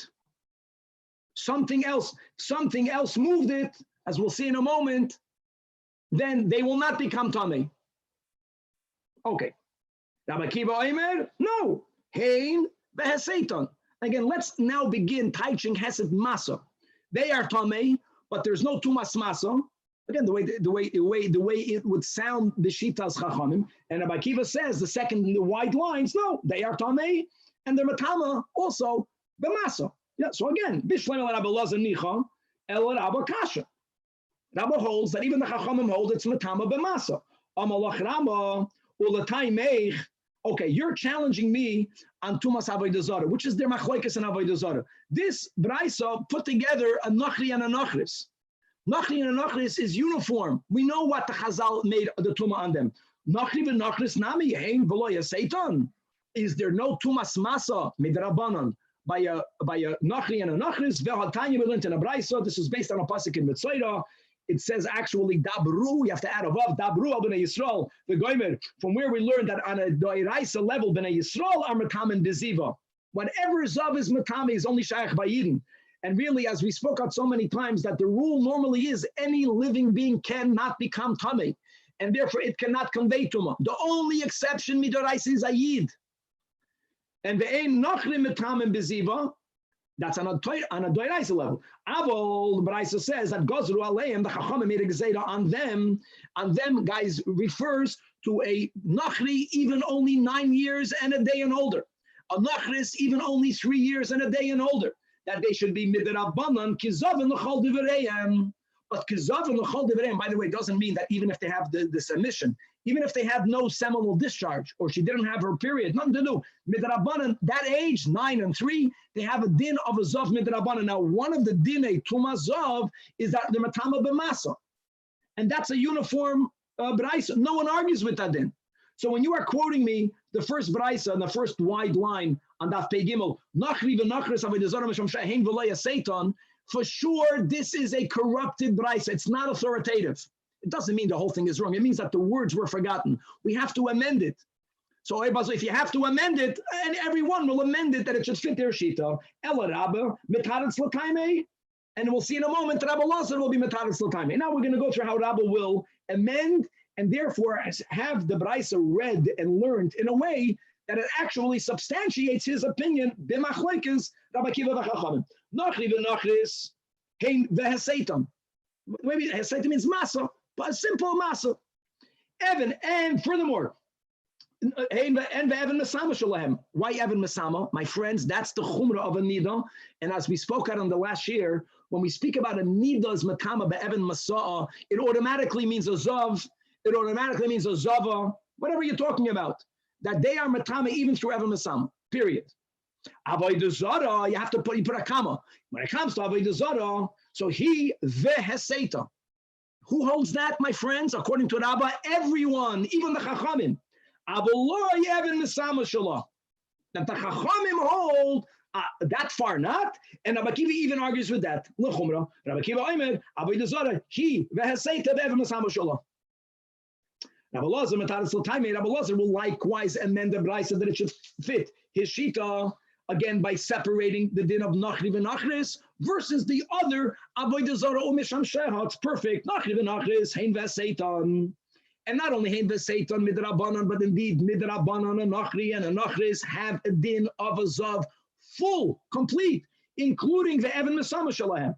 However, when it comes to avodah zara, so number one, he v'lo yaseita, that shitas Rabbi Elazar in shitas chachamim, not tumas masa, not hesed. And Rabbi Kiva says, avodah zara, he v'heseita. And it's good.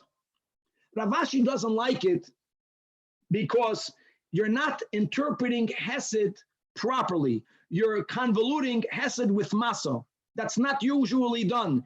And I will prove that your teretz, the way you Zetstein the Braisa is wrong, because the word hein is extra. Whenever the Tanach says that person, write Tameh. Hein, don't write hein, write Tameh. You just mentioned them. The word hein doesn't fit. Elamarashi, Pachi Kamar. No, we're speaking dafka about Hesed, and now we'll go into the details that we already mentioned the kids in the intro. Nachri v'nachris. Listen to this.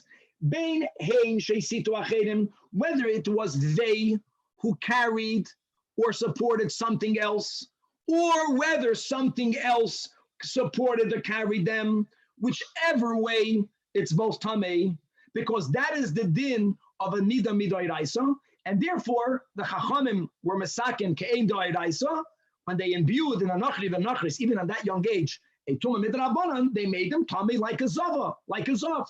Doesn't matter who was supporting who.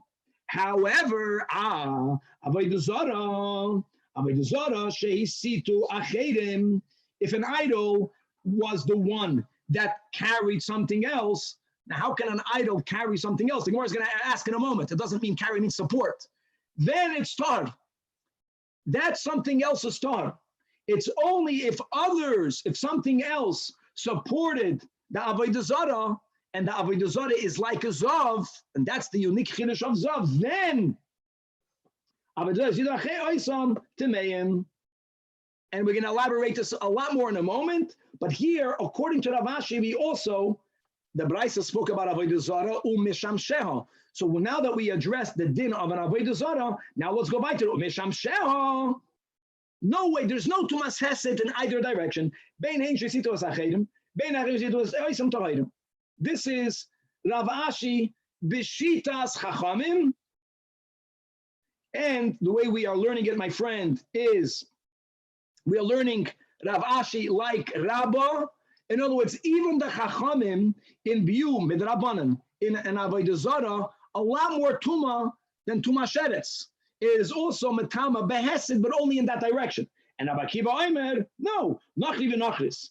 And an avodah zara, even an avodah zara, according to Rabbi Kiva, is mamish like a zav. Goes both ways.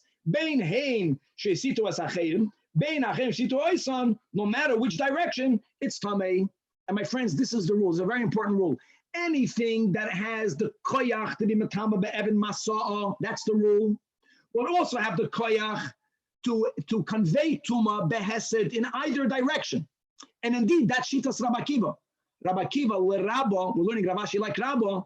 Rabbi Kiva holds that we compare avodah zara midrabanan like a nida, even for Evan Masama. So Taka hesed both directions. Rabbi Kiva, not like Chachamim. And Misham She'ah, completely not at all compared to a nida. Not only is it not only one way, it's in neither way. Bein hein sheisitu asachedim, bein achem sheisitu oisam will always be tohidin. And now the Gemara is going to elaborate Shitas Rav Ashi. What do you mean by that? When it comes to an Avodah Zarah, the Mitzias, someone else can support an idol because we're living beings, and God forbid we can lift up an inanimate getchkele, the Mitzias. But how do you have an idol that is supporting someone else? Begashmias. Right? The whole Ma'aseh Avraham Avinu with his father Terach. Avodah Zarah cannot move. So no, that's the whole word of Hesed. The Chazal used the word Hesed, not Masa, because there is a Chumrah in Hesed. Masa means I am directly carrying something. Me directly carrying something doesn't mean I'm touching them. Like, for example, if Reuven is carrying Shimon and Shimon is carrying Levi, Reuven is carrying Levi. But it's called Masa because Levi's weight is directly on Reuven. Hesed means supporting in the example that Chazal give with this balance, with this weight. Kidatnan, Mishnah Zavin, Hazav, Moiznayim, the Zav is in one pan of the scale, a scale. And so here's the rule, my friends. Kara Hazav, if the Zav's pan weighed more than the food, so the Zav went down, the food went up, who is supporting whom? The Zav is the one that's supporting the food. It's as if the food would be on top of the Zav. Then Tamein, the food is Tamei. However, but if the food and the liquid were the ones that were supporting the Zav, then the din is Tohirin. Then the din is that the food is Tahar. Because food was not made to support the Zav. Guys, this is the key. Let's not forget the whole concept we keep on speaking about, resting on Masa, Maga, Midras, something. Food is not made to support a Zav. That's very important.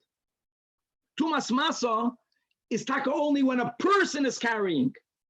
All we see over here is that when we are using the word Hesed vis-a-vis a Zav, we're speaking about not direct carrying, but we're speaking about supporting. And Oy Bazoi and Avodah Zarah is like Zav. And therefore, if something is supporting the Avodah Zarah, it will not become Tamei. That's the pshat of a Satan. I'm going to take a quick pause for everyone because I think that the camera is not connected and I'm about to lose the class for Chabad.org. I'm back in a few seconds.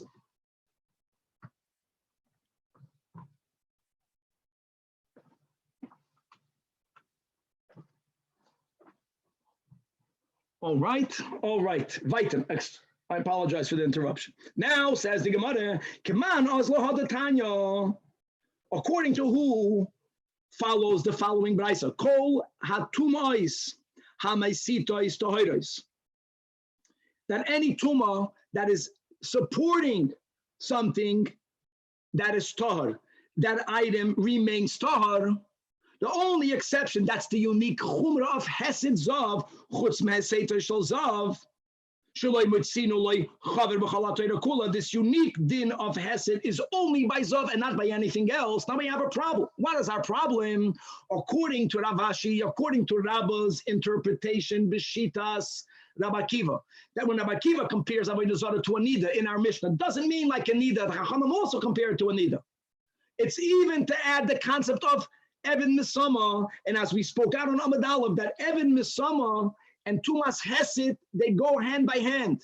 And we are going that even Avodah Zarah has this Chomer Dikadin of Hesed, Lema Deloiker Rabbi Akiva, because the Iker Rabbi Akiva, Ha'ikanami Avodah Zarah, according to Rabbi. So the Gemara says, no, not necessarily. I feel Rabbi Akiva. When the Braisa says that we don't find the concept of Hesed, only by Yazav, it's speaking about on a Doiraisa level. And if Chachamim later on said, as Rabbi Akiva holds, that an Avodah Zarah is like, really, it doesn't go directly with a Zav. Rabbi Akiva says Avodah Zarah is like a Nida. A Nida is like a Zav. Tana Zav Chol Damila Gavaldik. So this can even go according to Rabbi Akiva.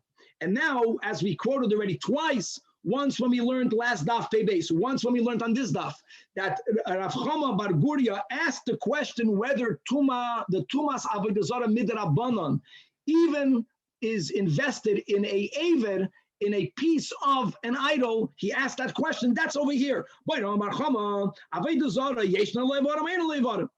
And as we spoke out, and to repeat it, if an idol breaks, then for sure a broken piece doesn't have tumah. However, if an idol was disassembled and it could be reassembled, maybe it's still Tommy Midrabanan or not. And now there's going to be two versions in the inquiry.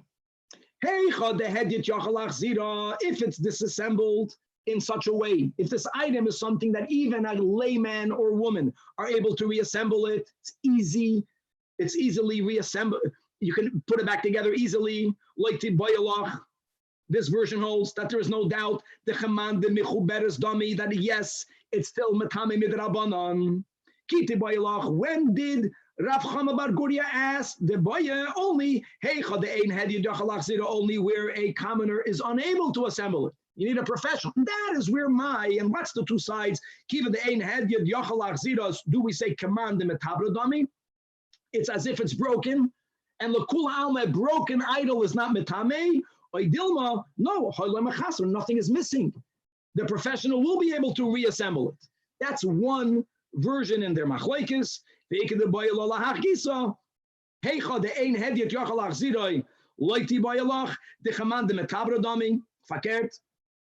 zicher not metame because the head cannot reassemble it. And again, what are the two sides? Do we say given the head since even a commoner can reassemble it, so it's as if it's already reassembled?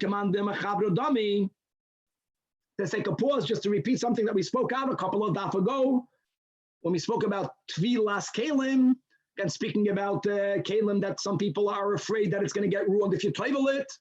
So one of the proposed solutions is that what Keli has to be toiveled if it has tumas akum. But if it was made under the ownership of a Yid, even though it's brand new, if it always belonged to, if it was manufactured by Yidden, if it belonged to the storekeeper was Yidden, then you don't have to toivel it. So one solution was disassemble your hot water urn and then reassemble it. And let us say that the fact that you reassembled it, it's considered a brand new Keli. Right, lahavdil, by the goyim, there's certain exemptions, things that are brought in from Israel to America. There's less taxes. So what's the people from China to Israel? You disassemble, you reassemble it, made in Israel. So there's many halachas about it. How much of a reassemblance have to take place for you to be able to say that it was made in that location? That's the question. And the rule is that if you take a keli, if I'm going to take off the screw off my hot water urn, the fact that now it's not usable because there's no cover, and I'm going to rescrew it, it's not considered that I just made the keli. Because of this line, Kivin the hedyet yochalach zira, command the machar, was always connected. I never undid it. And that's the question over here. Ideally, when it will tackle work, if you figure out how to take apart your what's called George Foreman, and in a way that only you know how to put it back together, you have to learn how to do it, then taka you have a heter. Then take it apart. You as an expert, only you know how to put it back together. A commoner was unable to do it. Now you taka say it was a brand new keli that was made by a yid. You don't have to take it to the mikvah. So holds many places. But coming back over here, by avodah zara, hashta miya kashofa v'sharia. Now it's pulled apart. Now it's sharia means it's dismantled, and therefore now it should not have tumah. On both of this teiku. I do want to point out both in this whole machlokes between Rabbi Akiva and the Chachamim, and now in this boya of Chama Bar Guria, it's really all about how far must we distance ourselves from an avodah zara. That's really what it boils down to. How much tumah does it have? And you see that Rabbi Akiva is the machmer, according to Rabbi Lazar. And if you want to take a step back, when it comes to what is our approach regarding anything that's prohibited, how far do we have to distance ourselves? And we do have a concept that if someone never indulged in it, so they're not that afraid of it. If someone once made the mistake in the past, right, this is a Mishnah, when a person sees non-kosher, they can say, the Mishnah says, it looks good, Elamah, God told me not to eat it. In other places it says, they have to say, oh, this is disgusting. So who has to say what? So if a person never ate it in the past, they can say this tastes good, but God told me not to eat it. If a person once fell in that area, then they have to completely distance themselves. Now, God, Rabbi Akiva was the greatest tzaddik. I'm saying the question is, how far do you have to distance yourself? Are we saying that it's matama even, be'evin misama? In other words, maybe what do we view as an avodah zara? If we view al pi chasidus, Avodah Zarah are things that we are takashayach to. It's a little bit of arrogance. It's a little bit of anger. These are midas that we are shayach to, and we have to be aware of how tummy it is, and we have to distance ourselves even further. And even when it's disassembled, it's still tummy.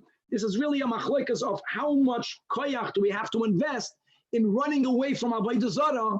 So if we're speaking about the God Pashat Avodah Zarah, especially after the story we have in Yuma, that we lost our taiva for it, we don't relate to it. Of course, the dinei that Rabbanan stand, but we don't have to distance ourselves so much. It's not, we're not attracted to it. Once you start applying these concepts of Avodah Zarah more al pi pnimis yonim, then we're all shaykh to it. We all have arrogance, and we all have anger, and many other bad midos that al pi chasidis is keilu oved Avodah Zarah, and therefore we have to disassemble it. And even when it's disassembled, it's still tameh. You have to mamish completely break it. All right.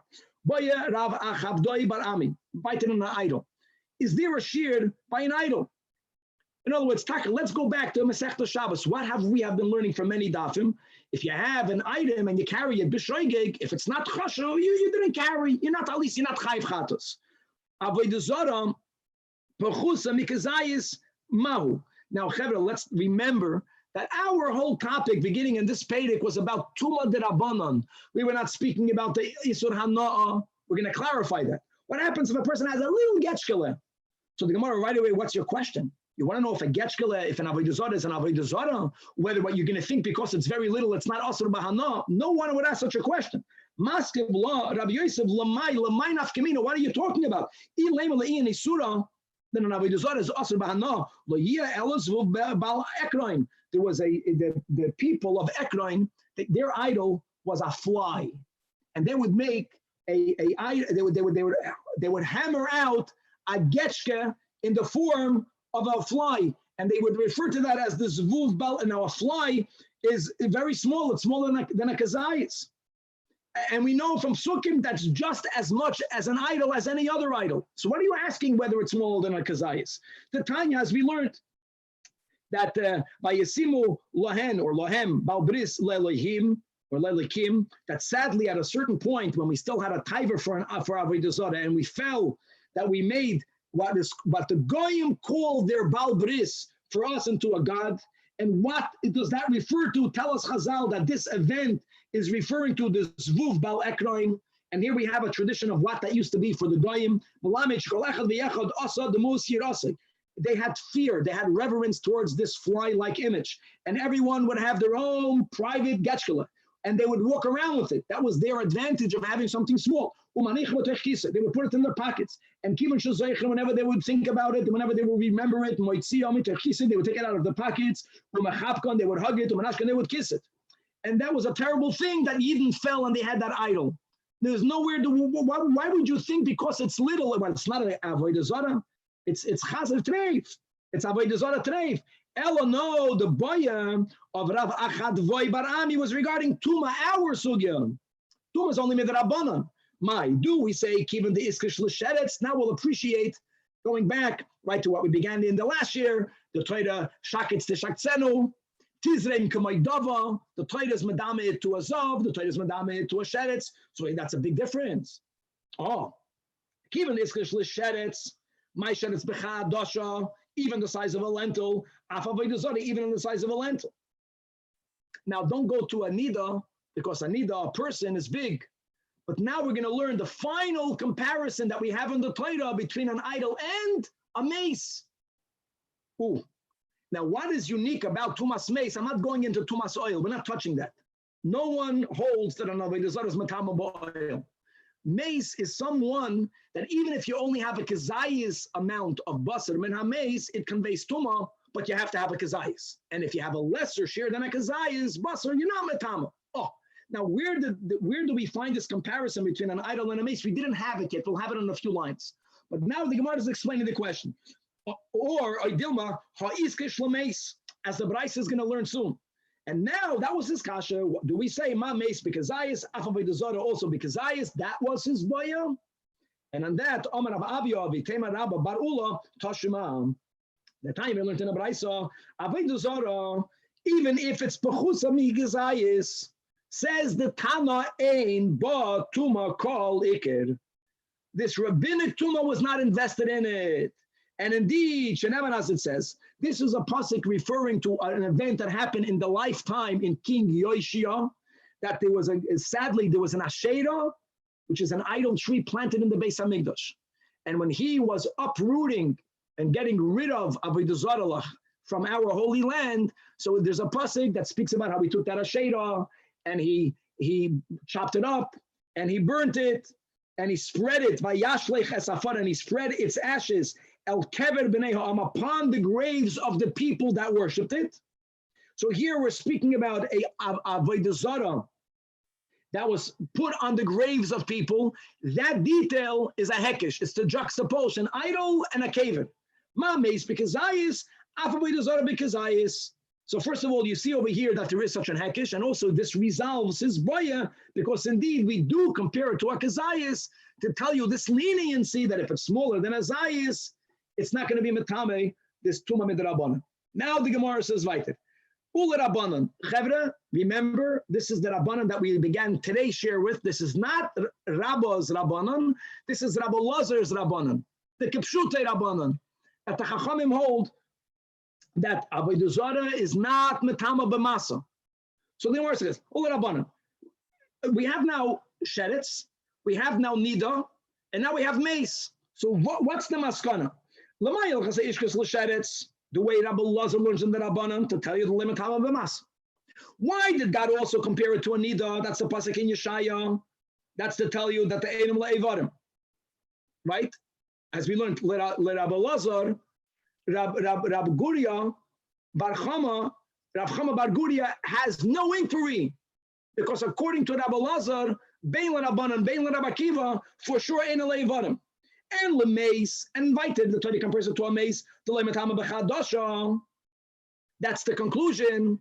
But now I don't understand. Now that we have these three possibilities, we compare it sometimes to a sheretz, sometimes to a nida, and sometimes to a mace. Why don't we apply these hekeshim l'chumra, frek the Gemara ema l'chumra, and to say that l'mayel chasa aksher achmanu l'sheretz, l'tamay b'chadasha, fakert. To be machmir, even if it's size of a hadash. And why did God compare it to a nida? Let the chachamim learn like Rabbi Akiva, let Tamoy Bevin Mesama. And why did the Torah compare a Avodah Zarah l'meis? Why didn't we introduce tumas oil to an idol, and to say that midrabanan and Avodah Zarah is matama even b'oil?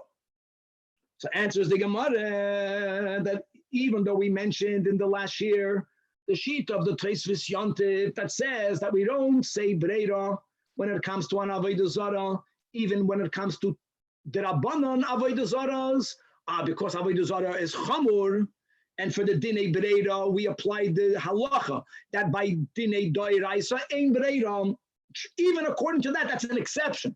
But Bechlal, as an approach, since Tumas Avodah Zarah is only the Rabbanan, and yeah, you have different options of applying the three different occasions. So we say, and therefore v'kula v'chumra.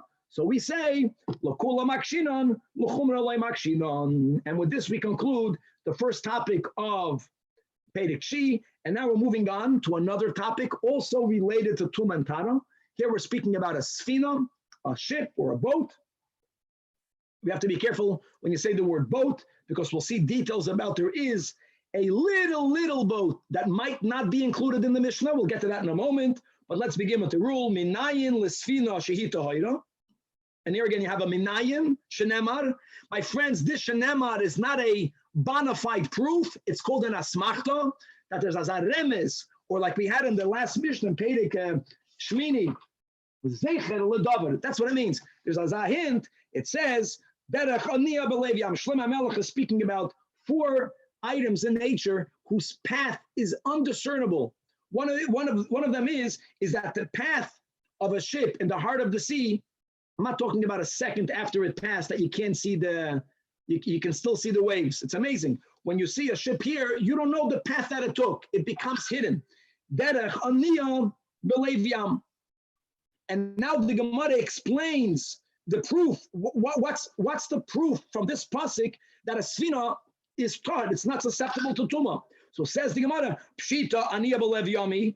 In other words, even though that on a pshat level, this is not a kasha, because the context, like we mentioned, of Shlomo HaMelech is to tell you, just like a ship in the heart of the sea, you don't know its path, v'chulei. So still, the fact that the Torah uses the words that an Aliyah is belev yam, we know that a Aliyah is in the heart of the sea. It's also to hint to you, it's called an asmachta, that what? That a ship has a din of the yam, ma yam tahor, afsina tahira. Water is not susceptible to tuma. A ship is not susceptible to tuma. And as we spoke on in our intro, and as we'll learn more, God willing, tomorrow on DAF Pei Dalet, Chevra, we are speaking about tumas maga. Very important. We're not speaking about tumas midras. Remember that.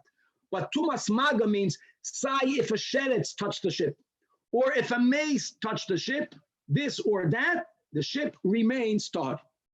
The pasuk that the Mishnah brings is derech haniyah b'leiv yam. Says the Gemara have a braisa. The braisa agrees to the same rule, but it has another source. Tanya, we learned, Chananya oimer nimudam isak. The pasuk that we learned so many times in Shmini. The pasuk is speaking about something upon which a dead sheretz fell. The pasuk says, "V'choil ashiyipol olav mehem b'moisam yitma," and then the pasuk begins to enumerate different items. We call clay eights. Clay eights, my friend, is a ship because the ships then were made out of wood. Oy beged, oy oir, oy suck. So the fact that the Torah mentions clay eights, oy suck, that's the Hananiah's proof. Ma suck, when you have a sack cloth. It was made to transport items in it, primarily. Sometimes people wore them as a very primitive garment, but normally it's a sack. A sack wasn't only made to schlep something when it's empty. In fact, you fill it up and you carry it when it's full. So all item made out of wood, clay eights, including a ship, when is it susceptible to becoming tumas maga? Only if it's metaltal maliverek, and if it's an item that even when it's full, you can still carry it. La fuke sfina, a boat. Guys, we're not even speaking about the QE2. We're not speaking about what we call a boat, a ship. We're speaking about boats. Boats then were also carried on land. Boats were taka, not humongous. When they were full, you couldn't carry them. They can be carried when they're empty, but they can only be carried when they're empty. Once they are full, it's too big to be carried. La fuke sfina, the edamet tell us both mali v'reikon. It can only be carried when it is reikon. So it's not susceptible to the Tuman Shmini, which is maga of a sheretz, which will also include maga of a mace. Now, the Gemara wants to know, is there enough kamina lahalacha, whether the shenemar, whether the zeichel ladavar is from Mishlei, right, from derech haniyah b'leiv yam, or whether it is from this hekish that we have in Pasuk and Shmini? The Gemara says, yes.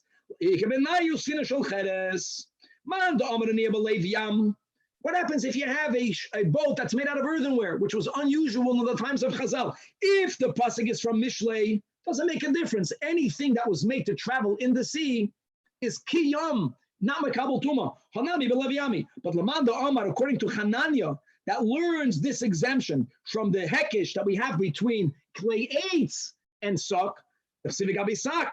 All of the items by sak, clay eights, beged, oir, taka, they have to be like a sak, which is the imat tell us only then are they susceptible to tumah, but iloi.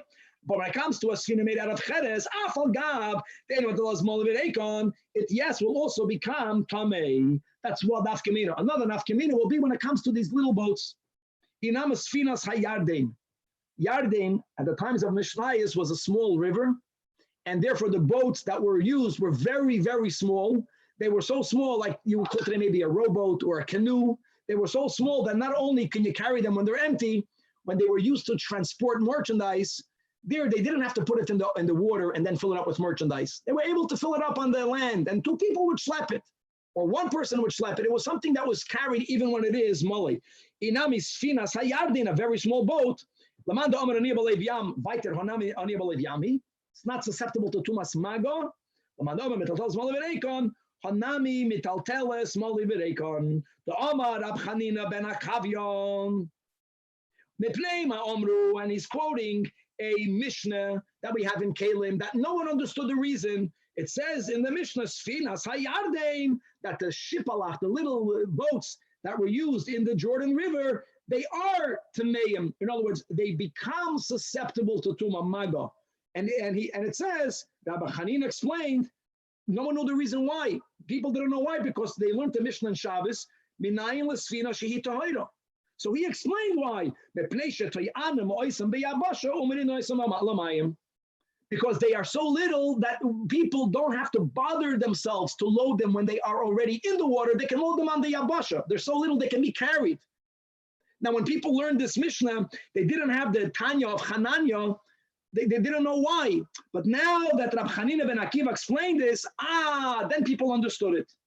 And you should know that this was a din in Tumah V'Tara that many people from many generations didn't understand. They didn't understand how can the Mishnah write in Kalim that Sfinas Hayarden is Tamei. And when he taught that, people were so excited that they chapped it. So the Amar Rabbi Yehuda, Amar Rav, look what I learned from this. Never be absent from a class. Never be absent. Because a Mishnah in Kalim, everyone learned the Mishnah, and no one knew the reason. One of the Mishnah, people say, we learned it, I don't know why. Because he was Megale, the Braisa that we learned today. The Braisa has another Shenemar, and it's not a Shenemar on a Pasik, but it's a Hekish from Shmini. So imagine if we would have missed that class, we would have gone on for many other generations without knowing the reason. So every shiur has something in it that if you won't come to it, you'll never know. And now that we are speaking about the importance of learning, we're going to speak about the Gewaldigkeit of learning Torah. Amar Rabbi Yonasan.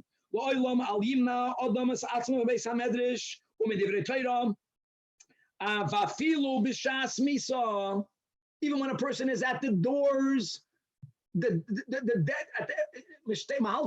you're already standing there. Keep on learning Torah. As it says, now literally, this is a pasuk in Parshas Chukas. We're speaking about tumas oil. But Chazal learned from this that afilu, the second to last line, afilu b'shas misa, even when you are at death's door, tehei oiseg b'Torah, you should be involved in Torah. And how many stories do we have, whether of the great tzaddikim that they passed away while they were teaching, Kerashbi, Rebbe, and many other stories of people like us, that they were zoicha, that b'shas misa, people that were next to them, aside of all of the prayers that we have to say, b'shas misa, and if you said, learn Torah, so this person should leave the world, mamish, while he's passing, he should be involved in a shiur Torah. And the final line in this Amid, Amar Reish Lakish, Ein divrei Torah miskaimin ela b'mi shememes atzmei aleh. That the words of Torah can only be mekayim, that means they would only be retained.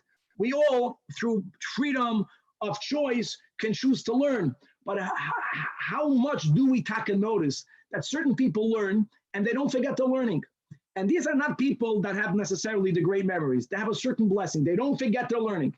And other people, they learn and they forget, like most of us. What's lacking? What is our mistake?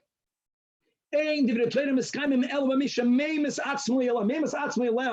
the theme that we have in Hasidus, to say it in simple English words, that you cannot ultimately love God and love pizza. Ultimately, you have to love either godliness or worldliness. And when a person divests, when we take away our tainuk from devarim that are gashmiyim per se, that is the secret of divrei Torah being mekaymin within us. In other words, we have to push and kill ourselves. We have to take away, we have to allow to die all of the emotional excitement and connection to anything other than godliness. Now, many mitzvahs are eating on Shabbos. That's something else. Then you're loving doing the mitzvah. But if it just because of its material quality per se, you got to divest all of you. You have to die.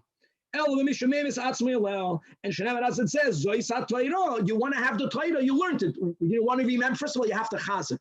If you don't review your learning, then it's the chaval.